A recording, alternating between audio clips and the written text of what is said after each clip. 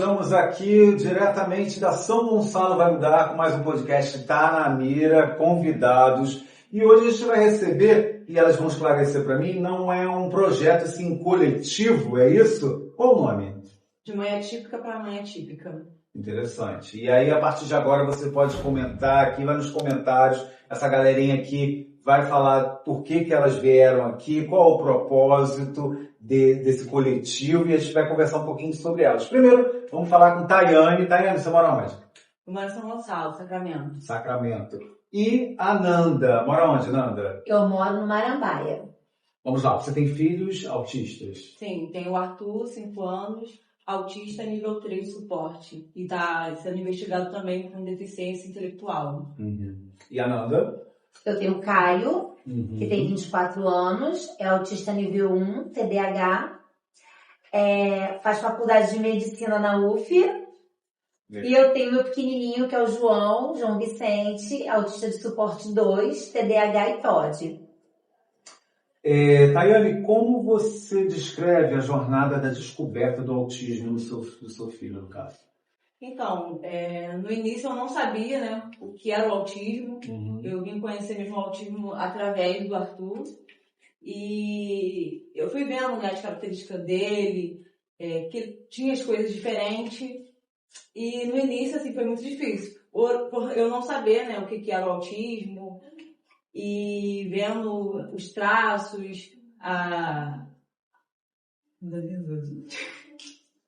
As características da criança. Uhum. E eu fui vendo que algo... Mas o que chamou mais atenção? Filho? Meu filho. O que chamou mais atenção nesse momento que você falou, opa, peraí, tem algo de errado? A fala. A fala? Porque ele até então não falava. Uhum. Com quanto tempo? Os anos? Ele já ia fazer 2 anos. 2 anos. Até hoje ele não fala, na verdade, mas isso que me chamou mais atenção. Porque ele não falou até certo momento, que é o momento que a criança já vai falando, né? Um ano e pouquinho, a criança já fala algumas palavras. Sim, sim. E ele não falava nada. Mas aí você procurou ajuda médica, nesse caso. Sim. Foi difícil chegar a esse diagnóstico? Então, pro meu filho não foi, porque o pediatra, ele já viu que ele já tinha algumas características, né? Porque ele batia com a cabeça no chão, o cotovelo, ele já tinha esse meio que auto se agredia. Uhum. E eu procurei o pediatra e ele já falou, olha, eu acho, né, que ele pode ser uma criança com autismo. E encaminhou para o neuro, e o neuro já de cara, de primeira consulta, ele falou assim, eu não vou dar o diagnóstico hoje, mas eu tenho quase certeza que seu filho é autista. Nanda, você teve a mesma percepção do que é os seus filhos, ou sempre é uma situação diferente que chama a atenção? Então, Mauro, com o Caio, naquele tempo, como eu te falei, lá em casa é um encontro geracional, né?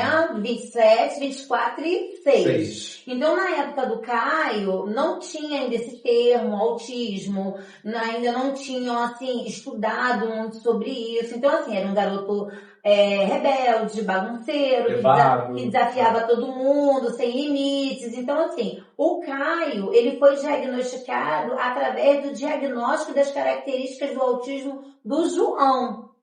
Quando eu comecei a investigar o João, ele percebeu que ele também tinha as características do irmão. E assim, eu comecei a desconfiar do autismo no João por algumas características que a Tayane comentou. Fala, tinha 2 anos e meio, não falava, não interagia com outras crianças, era agressivo, foi matriculado cedo no colégio, porém veio a pandemia, então ficou 1 ano e meio fora da escola. Quando retornou, a professora começou a me pontuar alguns comportamentos que ele estava tendo na escola, tipo isolamento, agressão, hiperfoco, porque o hiperfoco é uma das características do autista e da criança que tem o TDAH, porque existe o autismo, o TDAH, o TOD, o transtorno disruptivo de humor, que a criança amanhece bem, o céu tá azul, tá maravilhoso, mas daqui a pouco, assim, tudo fica negro, a criança começa a dar crise por nada, porque na questão do autista, né, a gente fala assim, a criança tem o TEA, Mas existem as comorbidades, que é o que vem. É como uma pessoa que é diabética e tem as comorbidades devido ao diabetes. Então, o TDAH é uma comorbidade, o TOD é uma comorbidade. Então, a criança acorda super bem, mas de repente, à tarde, se uma borboleta passou no quintal e ele olhou, ele não gostou da borboleta, ele pode entrar em crise. Entendi. E essas características, essas comorbidades, enfim, é difícil para cada família, para cada criança, né? No seu caso, para você acha que seu filho sofreu essa questão, mas por quê? Por conta da fala? Apesar de ele ser novinho, qual é a dificuldade maior que você acha que ele pode ter futuramente? A questão da fala que prejudicou muito, porque como ele não se comunica, então isso acaba afetando outras coisas, né? Por ele não falar, não conseguir se comunicar, uma água que ele quer. Mas você sente essa necessidade que ele quer e não consegue? Que ele quer e não consegue. Tipo assim, às vezes ir no banheiro. Ele quer ir no banheiro, quer que tira, né, a calça pra ir no banheiro, mas ele não consegue se expressar. E quando ele não consegue se expressar, ele fica muito nervoso. E tem alguma coisa que ele faz já que você fala, nossa, a criança da idade dele não faria?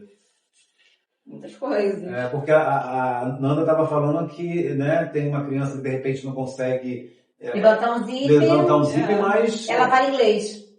É isso. Seu filho ainda não chegou nessa fase. Lógico que não vai falar inglês, mas uma fase mais tipo, ele com 2 aninhos e meio, né, ele já faz isso, mas não consegue falar, por exemplo. Então, o que está prejudicando ele mais é a questão mesmo também da deficiência intelectual. Porque ele aprende as coisas, né? Mas vai passando assim, uma semana ele esquece. E a neuro tinha conversado que está afetando mais ele, né? Nem em si o autismo, mas a deficiência intelectual. Dele aprender, mas com uma semana ele esquece o que ele aprendeu. Tá, e agora vamos falar então sobre o coletivo. O nome, então, vou até anotar. O projeto. De mãe atípica para mãe atípica. De mãe atípica para mãe atípica. Como surgiu?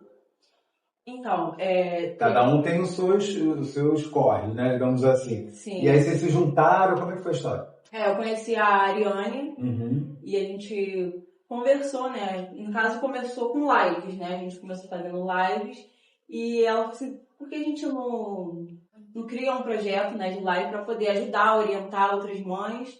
E nisso a gente chamou outras mães para poder vir com a gente, que foi as meninas que estão aí, né?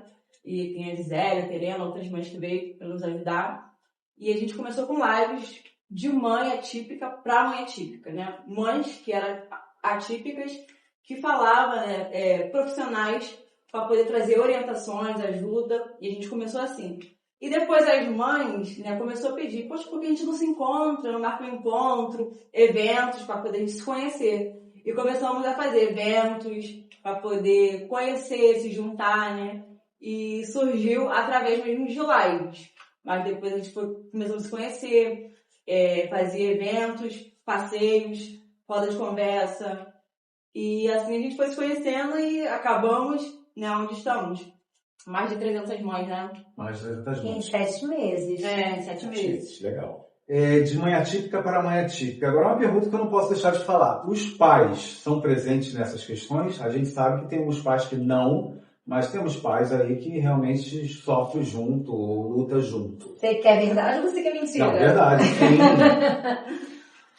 De 100%, eu acho que 50% estão acompanhadas pelo pai. Porque na maioria das vezes, infelizmente, quando a família recebe o diagnóstico e começam a vir as dificuldades, porque não é fácil ser mãe atípica, não é fácil você dar conta de uma criança que depende de você 24 horas por dia, de uma criança que você tem que correr atrás de profissional, de neurologista, de psiquiatra, de terapia, dar conta de casa, dar conta do seu trabalho, ainda dar conta do seu relacionamento.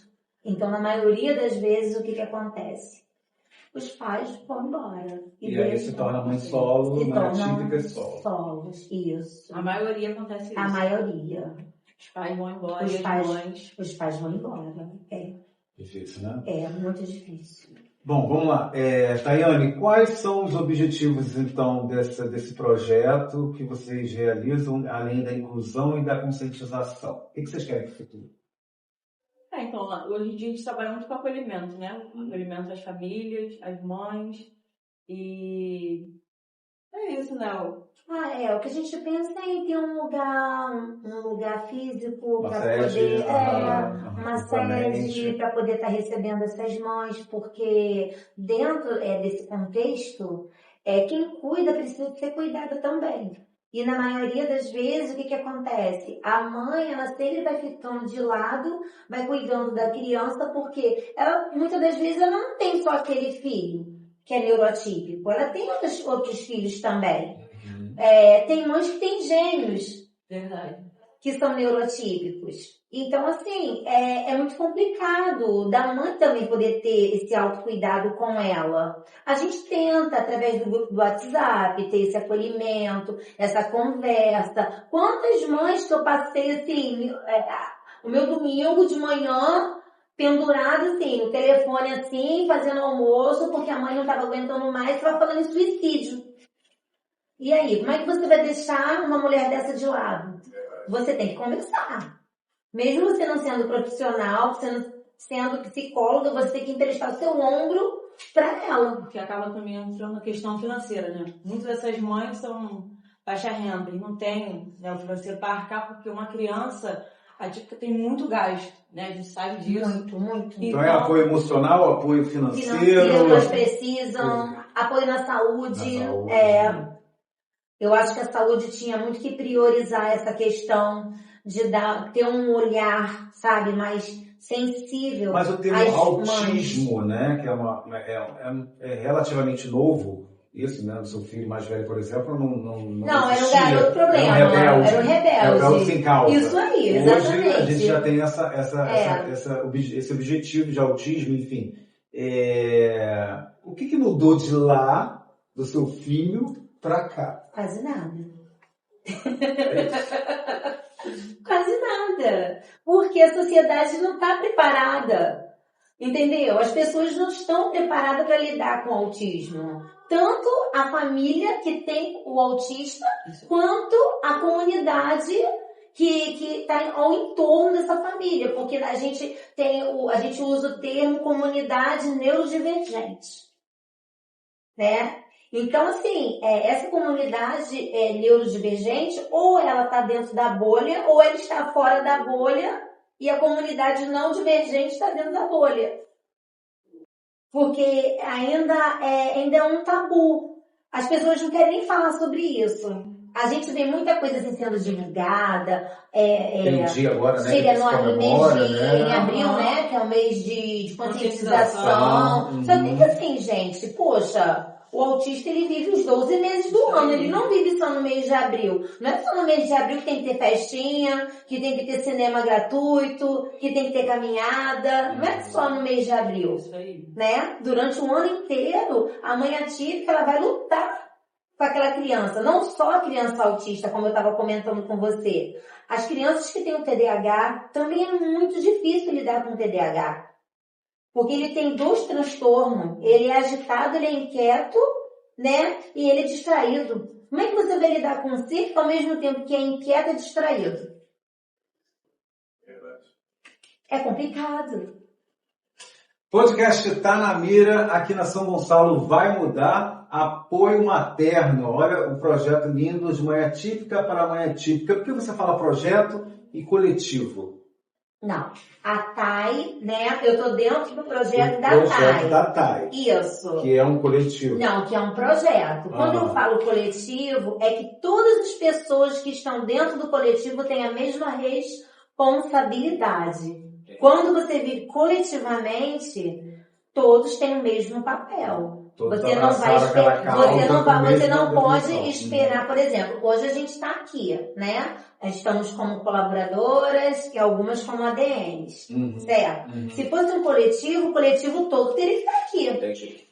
Podcast Tá na Mira, aqui na São Gonçalo vai mudar e agora a gente vai falar dessa pizzaria top, que é a pizzaria Corta Pra Mim. Você que não conhece, vale a pena você pegar seu telefone e fazer o seu pedido, porque são pizzas, gente. Não é aquela pizza simples, mussarela, com tomate, nada disso não. Pizza de hambúrguer, pizza de cachorro-quente, pizza de coração de galinha e por aí vai. Então vale a pena conferir, entregas rápidas, top demais, chega quentinho. Então anota aí o WhatsApp da pizzaria Corta Pra Mim, 99415-4591. E a gente continua aqui, um bate-papo interessante, com o projeto Mãe Atípica para Mãe Atípica. Agora do meu lado, Tati e Natália, sejam bem-vindas. Obrigada. E aí a gente vai continuar nossas perguntas aqui. Desafios de mãe de autismo. Quem tem autismo, né? Qual o maior desafio que você enfrentou até nesse momento? Lidar com a inclusão. Porque não é querer colocar o autista no lugar de outra pessoa típica, é a pessoa aceitar um autista dentro daquele meio. Uma coisa é você querer encaixar, é como se fosse botar um gomo de tangerina num dente de alho, sabe? Não é assim, né? Tem que receber aquele meio para receber aquele autista. É inclusão, não só aceitação. Mãe de gêmeos. De gêmeos. Quantos anos? Vão fazer 5 agora em junho, Theo e a Maria. E aí os dois têm. Os dois. Então é dificuldade dupla em todos os sentidos. Theo nível 3, Uhum. não verbal. Não. Maria nível 2, fala muito, mas é uma dificuldade grande. E qual dos dois você olhou e falou, opa, tem alguma coisa de errado, vou verificar? Ou foi os dois ao mesmo tempo? Como é que foi? Não, ele eu comecei a perceber muito cedo que tinha vários atrasos. Começamos a investigar o Theo com 7 meses.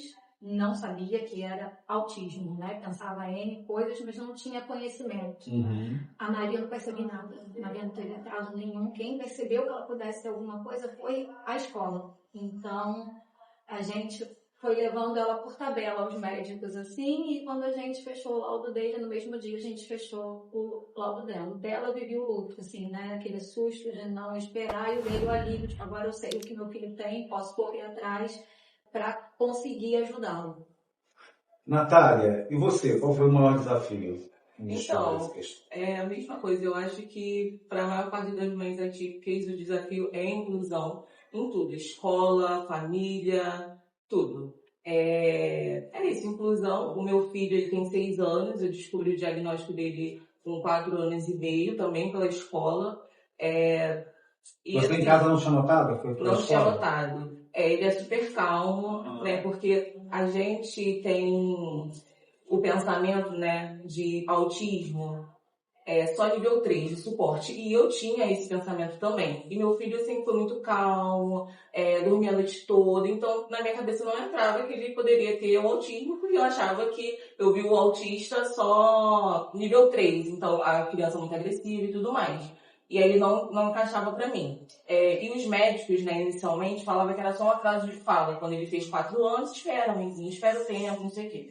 E aí a escola me chamou, básico que ele entrou na escola, a escola me chamou, falou que viu a diferença, pediu pra eu entrar numa investigação, procurar um neurologista, né, infantil. E aí foi que começou toda a saga. Eu não tive um luto, porque eu sou muito de pronta, então eu já fui correr atrás, porque se ele tem um problema, né, se ele tem um transtorno, então eu tinha que fazer de tudo para que ele tivesse uma qualidade de vida que eu faço até hoje. Então eu corri atrás de neuro, de tudo, e consegui entrar em investigação, logo vi o diagnóstico, e aí foi aquele alívio. Então eu vou continuar fazendo de tudo para o meu filho ter uma qualidade de vida e vou incluir ele em tudo, porque em questão da família, assim, a gente não tem crianças, então ele sempre foi muito com adultos, né? Sempre fui envolvido muito com adultos, então também não tinha como a gente fazer esse comparativo, porque eu sou mãe de primeira viagem, não tinha outros não tinha conhecimento, né? E foi isso. E agora a gente tenta incluir eu e o pai dele em tudo que der a gente inclui ele. Você falou de colégio, né?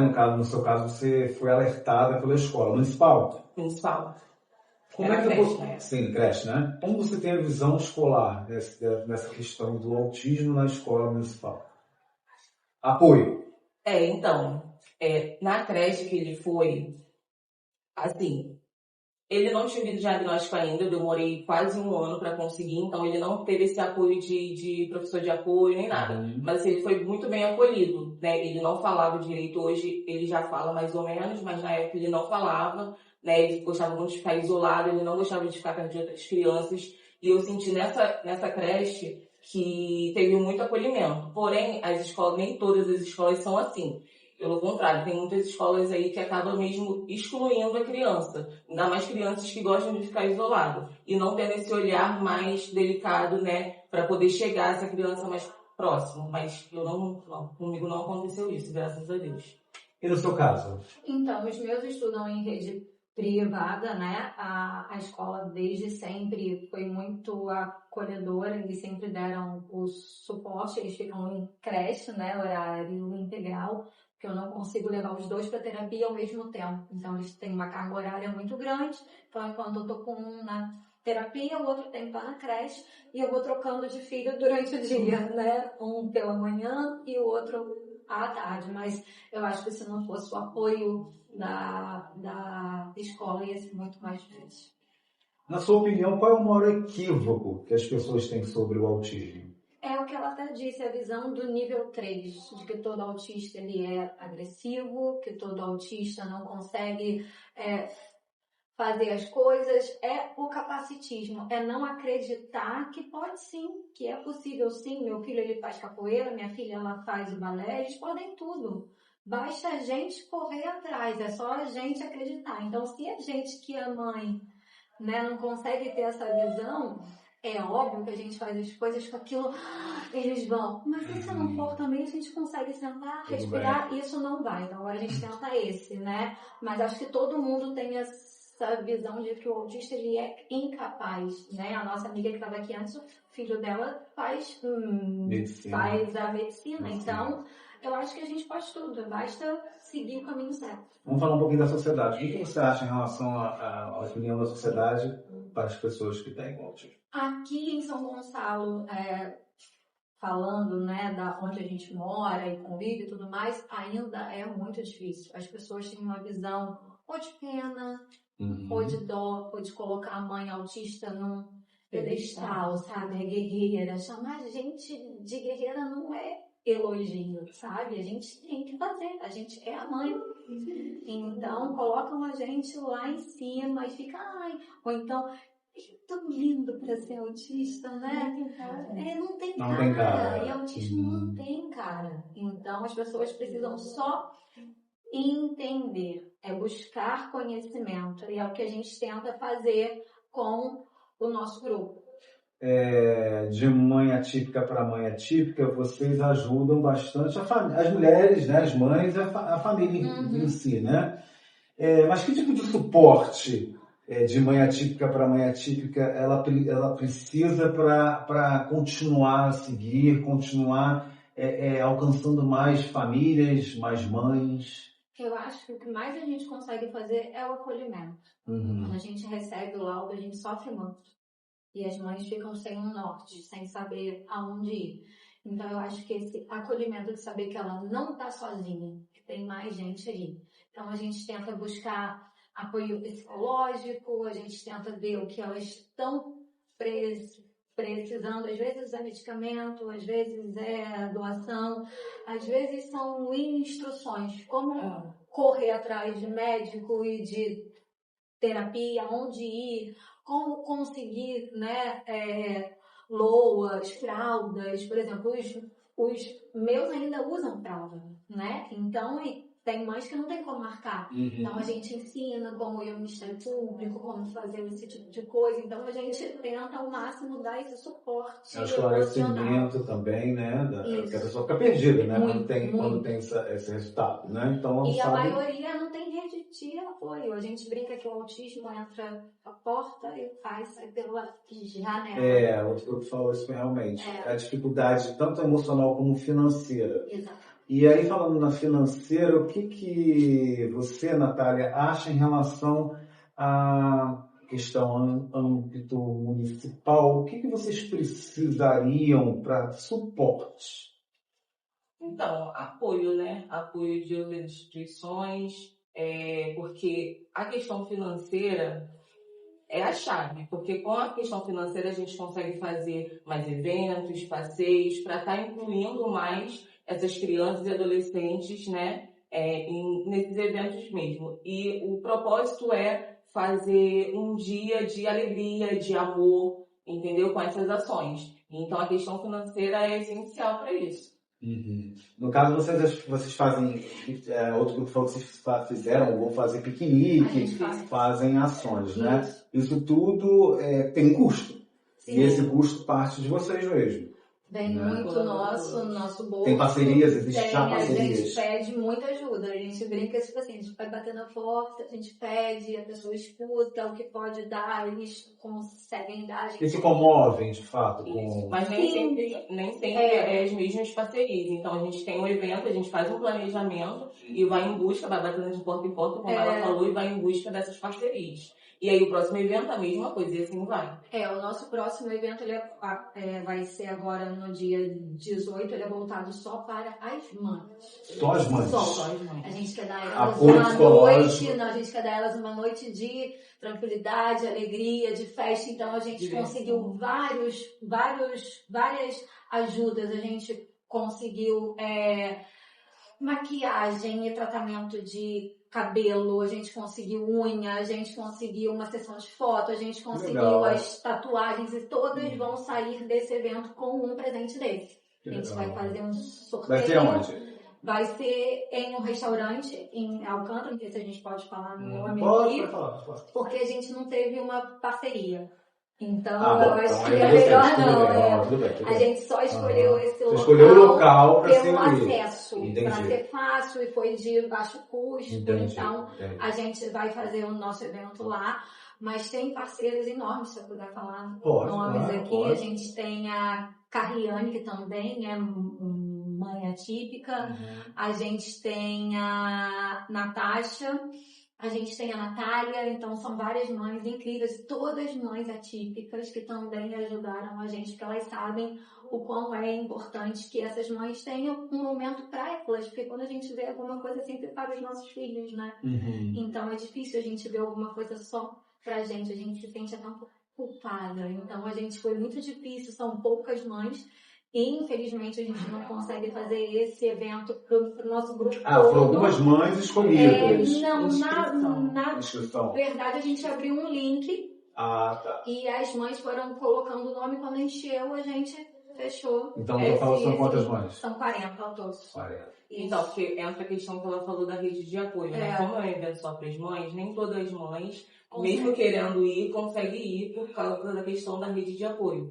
Então, a gente acha melhor abrir as inscrições, né, de link, e aí as mães que realmente pudessem ir, ia lá, se inscrevia, e só aguardar o evento chegar, que vai ser maravilhoso. A gente conseguiu bastante coisa bem legal. Vai ser quando? Dia 18 de maio agora. Isso. Agora eu vou falar com o Anuncia Aqui. Você que tem um comércio, você que tem uma empresa, ou presta serviço, vende aquele produtinho, entre em contato com a Ação Gonçalo Vai Mudar e anuncie no maior portal de notícias da cidade. Então anota o número do WhatsApp, 987030994, e faça seu telefone tocar cada vez mais. Então, corre e anuncie no maior portal da cidade. WhatsApp 987030994, e a gente continua aqui com Tanamira, convidados, hoje recebendo mães de mãe atípica para mãe atípica. Agora do meu lado temos a Luciene, Anne e Jéssica, tá? A pergunta é a mesma para todas desde o início. Como você descobriu o autismo no seu filho? Então, desde muito nova eu tinha curiosidade com o tema autismo e saúde mental em si. Eu conheci o autismo quando eu tinha 18 anos, lendo um livro sobre psicanálise. Aí eu vi alguma coisa sobre autismo e tal, e desconfiei do meu irmão. Isso. Ele tinha umas características bem mais agravantes, né, do autismo. E quando eu engravidei, toda mãe tem aquele medo de ter um filho deficiente, eu comecei a estudar sobre desenvolvimento infantil. Foi aí que quando o Noah fez mais ou menos uns 2 a 3 meses, eu comecei a identificar as estereotipias dele. Os flash que chamam, né? E ele ficava vidrado, olhando tecidos, chamava, ele não respondia. Com 6 meses, com 8 meses, só gravando as estereotipias, ficava gravado olhando. Fui no pediatra, disseram que estava muito cedo. Entrou a pandemia e tal, ficamos um tempão sem poder ir no médico dele. Eu fiquei, assim, com isso na cabeça, estudando sobre autismo. Foi aí que eu consegui um neuro, anotei tudo que eu olhava nele de diferente. E chegamos no neuro, já cheguei com o diagnóstico quase pronto, graças às minhas anotações. As suas anotações. E aí ele deu o laudo. Fez 3 meses de terapia testes. primeiro, terapias com multidisciplinar. E foi aí que confirmou o autismo dele realmente com o neuro. 3 meses depois das terapias. Qual é a sensação?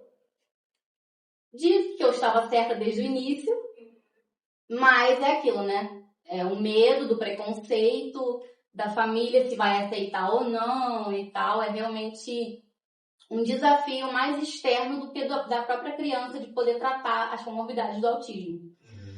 Mas de cara realmente foi mais a questão de alívio, porque eu sabia que tinha algo de diferente no meu filho. No seu caso, Jéssica, como é que você descobriu o autismo do seu filho? Filho ou filha? Filho. Então, no meu caso, foi um pouco mais complicado, porque eu sempre tive em mente, né, eu vi as pessoas falar que cada criança tem seu tempo. E o meu filho foi uma criança que ele nunca falou, nem falava sílaba, né, mamá, dadá, papai, não falava nada, mas porém ele vocalizava bastante, fazia muitos sonzinhos aleatórios, né. E com quantos anos? Até os 3 anos e pouco, até hoje meu filho não fala, porém está aprendendo a falar palavrinhas, porém as palavras são soltas, entendeu? Então, assim, na época eu ainda era casada e o pai dele falava assim, esse menino é autista. Só que assim, a gente, no fundo, a gente não quer aceitar que o nosso filho tenha algo, mas eu sabia que, já tinha 3 anos e pouco, meu filho não falava. E aí, meu filho completou 3 anos e meio, o meu filho começou a apresentar todos esses sinais visíveis, né? Ele começou a dar cabeçadas, tanto no sofá, quando eu estava fazendo alguma coisa que eu chamava a atenção dele, quando ele é contrariado, ele dava uma cabeçadas muito forte. E aí, meu filho pegava todo tipo de carrinho, tudo que era redondo, ele ficava girando. Carrinho, meu filho não brincava com função, ele não sabia brincar. Por mais que eu, como mãe, falava, vamos brincar aqui, mas ele não brincava com função. Então, ele pegava os brinquedos ali diferentes, mas carrinho, roda, ele virava as rodinhas pra cima, ele ficava horas ali. Meu filho sempre olhando nos olhos, ele interagia com a gente, ele respondia quando chamava pelo nome. Mas não tinha dificuldades? Não, meu filho é o contrário. Meu filho ama o toque. Ele é muito carinhoso, quer beijar o dia inteiro, o tempo todo. Então, aí de tanto o pai dele ficar falando na minha cabeça, eu falei, 3 anos e pouco, meu filho não fala absolutamente nada, tá na hora de... Só que é o que ela falou, quando levava no pediatra, o pediatra falou assim, não, vai falar. Cada coisa tem seu tempo, não se preocupa não, só estimula bastante. Eu falo pra caramba em casa com meu filho só vocalizava.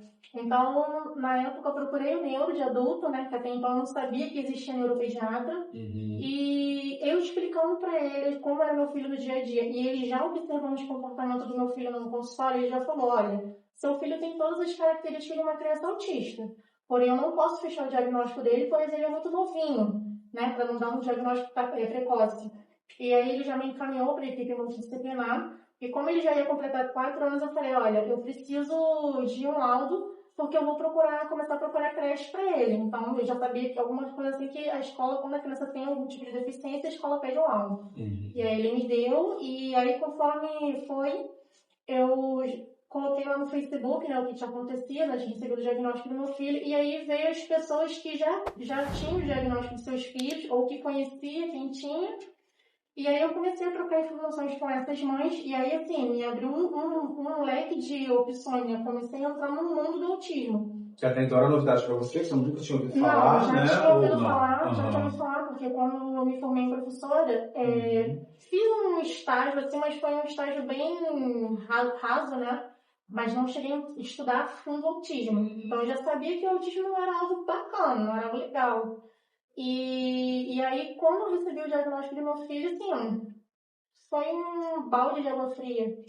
Foi um choque para mim muito grande. Porque, poxa, primeiro filho, Pro pai dele foi decepcionante. Primeiro filho homem, ter uma deficiência. O pai dele hoje até hoje não aceita. A gente não tá mais junto, mas eu sinto que até hoje ele não aceita. Então, assim, a gente passa pelo luto, né? A gente tem um período do luto e depois vem a aceitação, né? A aceitação precisa vir porque a gente precisa dar continuidade. O diagnóstico não é uma sentença. Então, receber o diagnóstico pra gente nos dá uma base, né? E um alívio que a gente sabe que o nosso filho tem e a gente, com outras mães, através das trocas de experiência, a gente sabe para onde a gente vai. Ó, neuropediatra, equipe multidisciplinar, terapias, aí acompanhamento com terapia, com neuropediatra. Meu filho veio precisar usar medicação, ele precisa para melhorar o foco, concentração, um pouco da agressividade, porque todo autista, a maioria dos autistas não recebe bem o não, né? Então, assim... Não tem muito controle das próprias emoções. Não tem muito controle das próprias emoções, então... Eu era muito resistente à questão da medicação, mas quando eu percebi que meu filho não estava indo bem na escola, recebia, não reclamações, né? Mas ele já tinha um diagnóstico, mas a escola falava, Jéssica, conversa com a neuro, explica essas situações que ele está tendo aqui na escola, os comportamentos. E aí a neuro falou assim, então vamos entrar com a medicação. E aí quando de fato eu percebi que meu filho precisava da medicação, porque ele ajuda. Com certeza. De 2 anos atrás para hoje, meu filho é outra criança. Eu acho que ele tem as dificuldades dele, né? Mas o meu filho é uma outra criança. Ele está aprendendo a falar, não dá para estabelecer um diálogo com ele. Mas ele está aprendendo a falar palavras que meu filho nunca falava nada. Hoje em dia ele fala mamãe, fala pão, suco, dá tchau. É muito bacana. Então, assim, o diagnóstico é muito importante. Como incentivar a independência e a autonomia do seu filho?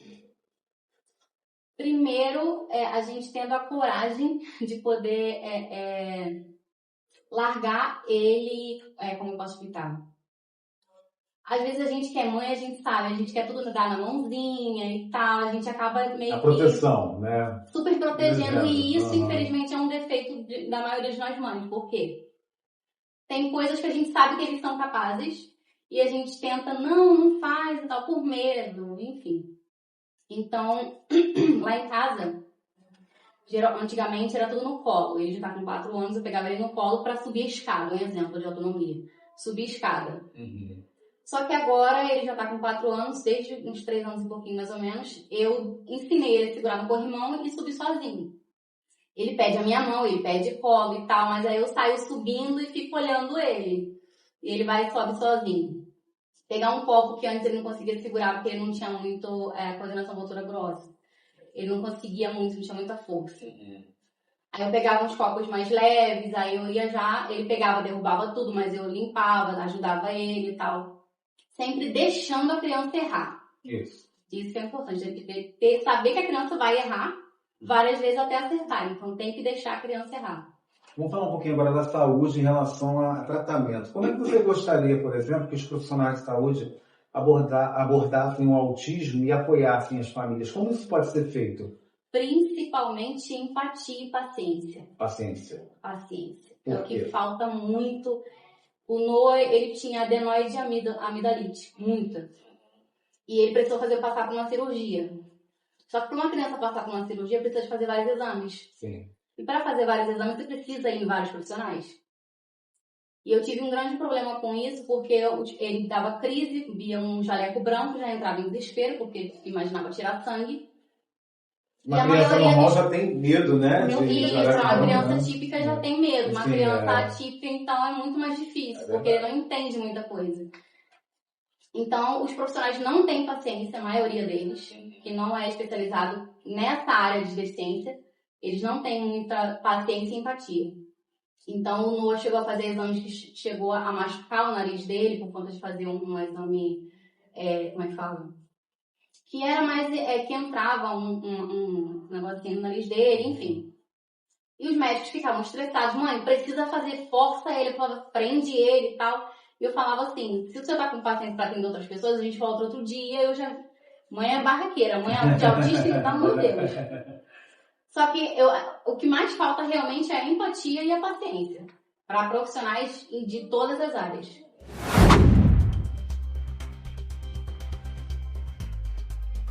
Que tipo de mudança você gostaria de ver nas políticas públicas nessa questão de ajudar vocês mais? Jéssica.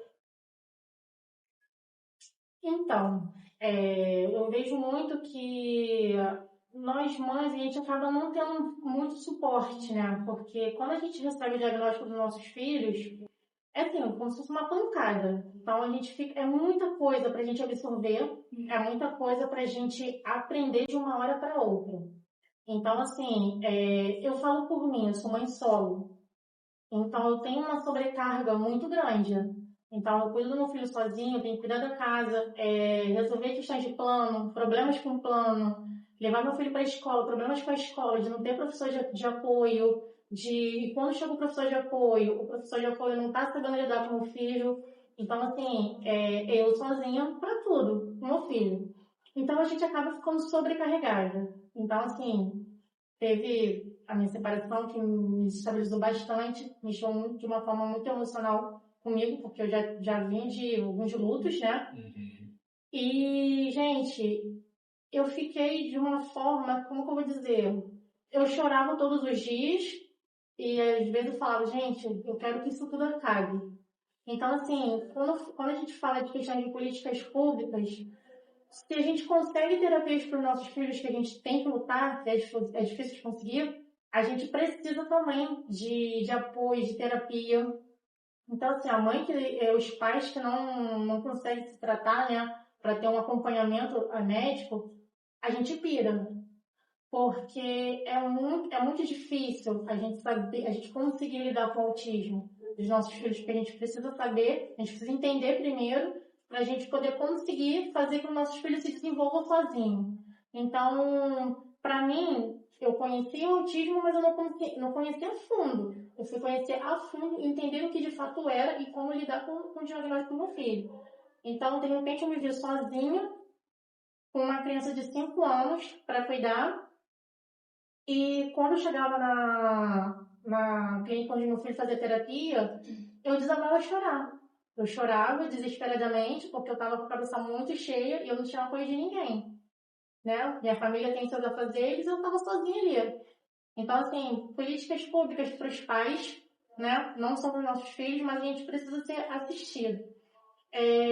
A questão de casos, por exemplo, o autista vai crescer, sim, né? Sim. Então, a gente que é sozinha, tem pessoas que não têm outros familiares, o autista cresce, essa mãe se ficar doente, o que faz com o filho? Porque a gente não pode, outras pessoas não querem ficar com nossos filhos, porque não sabe, porque não conhece, porque tem medo, né? Então, assim, sei lá, acho que teria que existir uma casa de acolhimento. Eu ouvi falar em uma casa assim. Tem aqui em São Gonçalo. Aqui em São Gonçalo tem algumas. Só que eu conheci uma mãe que o filho dela já tinha 40 e poucos anos. Ela me viu uma vez com a camisa do projeto e, gente, ela chorou na minha frente pedindo ajuda porque ela estava doente, com um tumor para ser operado pelo SUS, e ela não tinha que deixar o filho dela de 40 e poucos anos, 43. Na época que eu conheci ela. E isso me fez pensar. Aí, na época, eu sabia que tinha essas casas. Eu falei pra ela, olha, tem aqui em São Paulo algumas casas. E ela falou, minha filha, já fui lá. Só que nenhuma delas tem vaga. Tá lotado. E aí, ela falou assim, por favor, me ajuda. Eu tô vendo que você tá com a camisa aí de manhã típica. Eu falei, não, sim, eu faço parte de um projeto e tudo mais. E como que a gente ajuda uma pessoa dessa? Eu acho que a demanda é muito grande para falta de tipo de estrutura, de um olhar mais, né, zeloso, carinhoso. A demanda é muito grande em São Gonçalo, principalmente. A demanda de São Gonçalo é muito grande de famílias atípicas, não só de autista, mas também de TDAH, de outras deficiências. Sim. Então, o que falta realmente é um olhar mais... Porque a gente tem um olhar para a criança, mas a gente também precisa... Não tem um olhar para a família. Exato. Entendi. E aí que entra o poder público. E até o olhar para a criança também é isso. A demanda é muito grande para pouca casa, sabe? Para poucos espaços. Porque tem pessoas... Eu, por exemplo, meu filho tem plano de saúde, né? Graças a Deus. E antes da gente fazer um plano de saúde, eu fui procurar pelo público. Eu tô numa fila, meu filho tem 4, vai fazer 5 anos agora. Ele foi descoberto o diagnóstico dele com autismo com 1 ano e 8 meses. Eu tô na fila ainda e nunca nem me ligaram.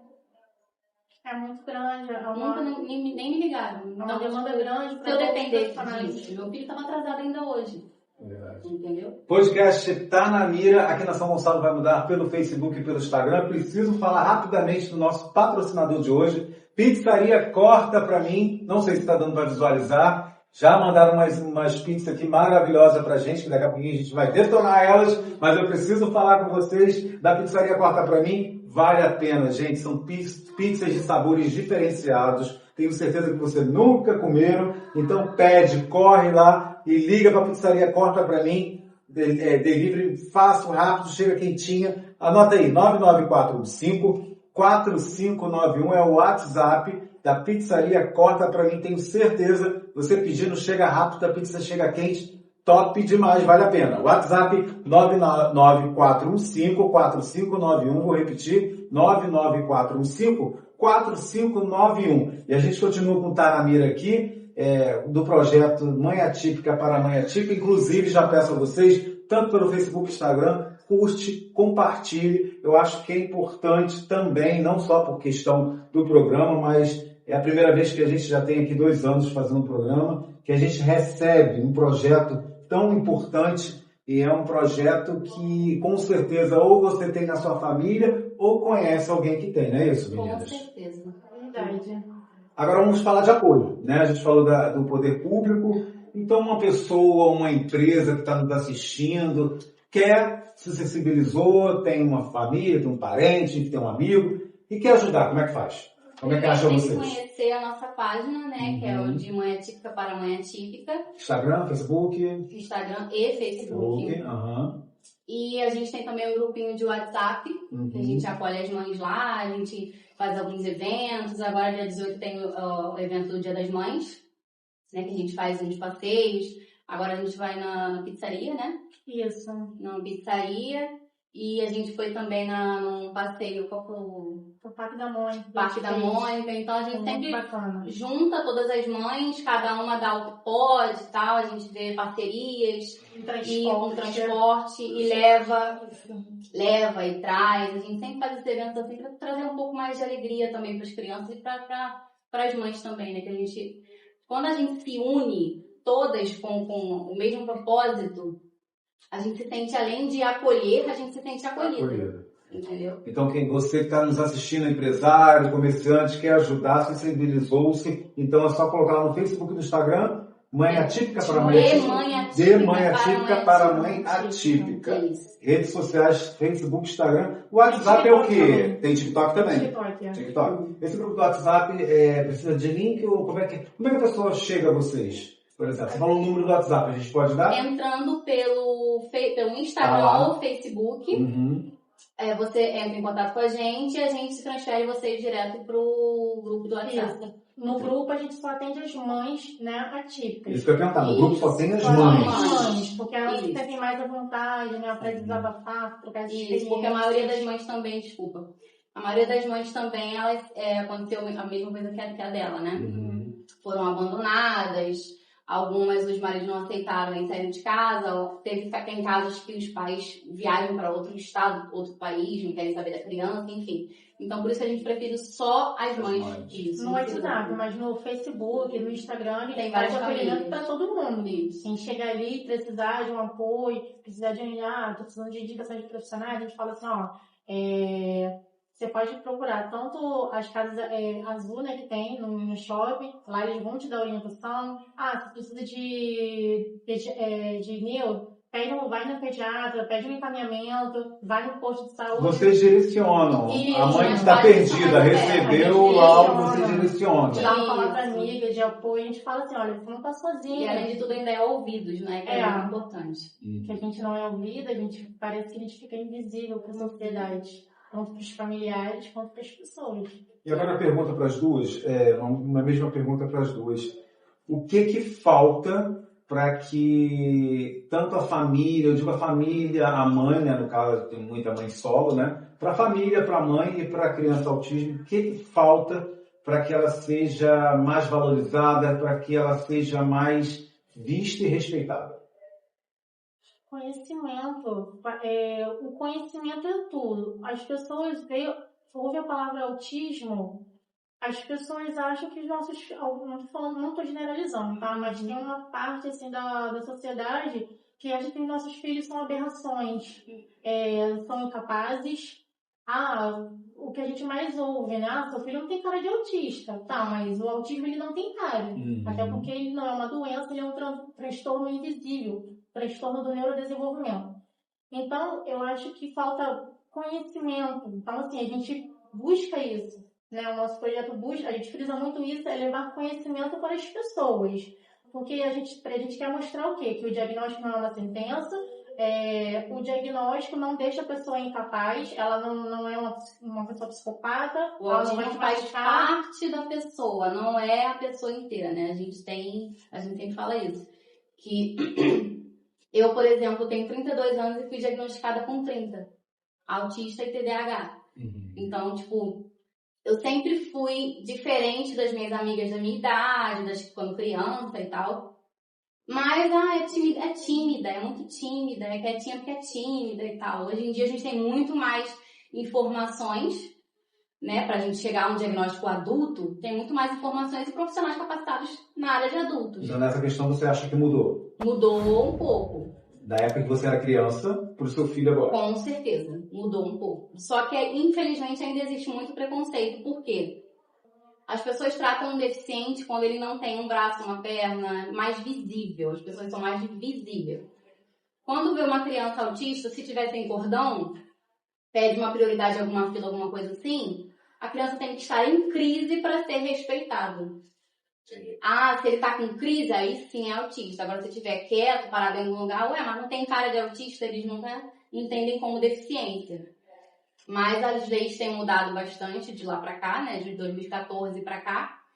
Então, eu acredito que você não precisa estudar, ser conhecido sobre autismo e tal, ter alguém na família. Você precisa mesmo respeitar as diferenças. Ponto. Respeitar e entender que, gente, o autismo as pessoas não vai fazer da pessoa ser uma pessoa ruim. Que eu acho que as pessoas têm um pouco dessa visão. É uma pessoa autista... não, chega pra cá que ele é autista, ou então não vou ficar perto. E alguns comentários... doença contagiosa também. Alguns comentários machucam, sabe? Eu ouvi uma pessoa falar assim, vi um adolescente na rua e ele honrava igual o bicho. Gente, não existe uma coisa dessa. Já ouvi pessoas falarem possessão de demônios. Já ouvi muito. Meninas, eu preciso agradecer a participação de vocês, tá? Nosso bate-papo foi muito interessante. O podcast está na mira, fica por aqui. A gente volta semana que vem com mais um programa especial para vocês aqui pela Ação Gonçalo Vai Mudar. Boa noite a todas, até a próxima. Tchau, tchau.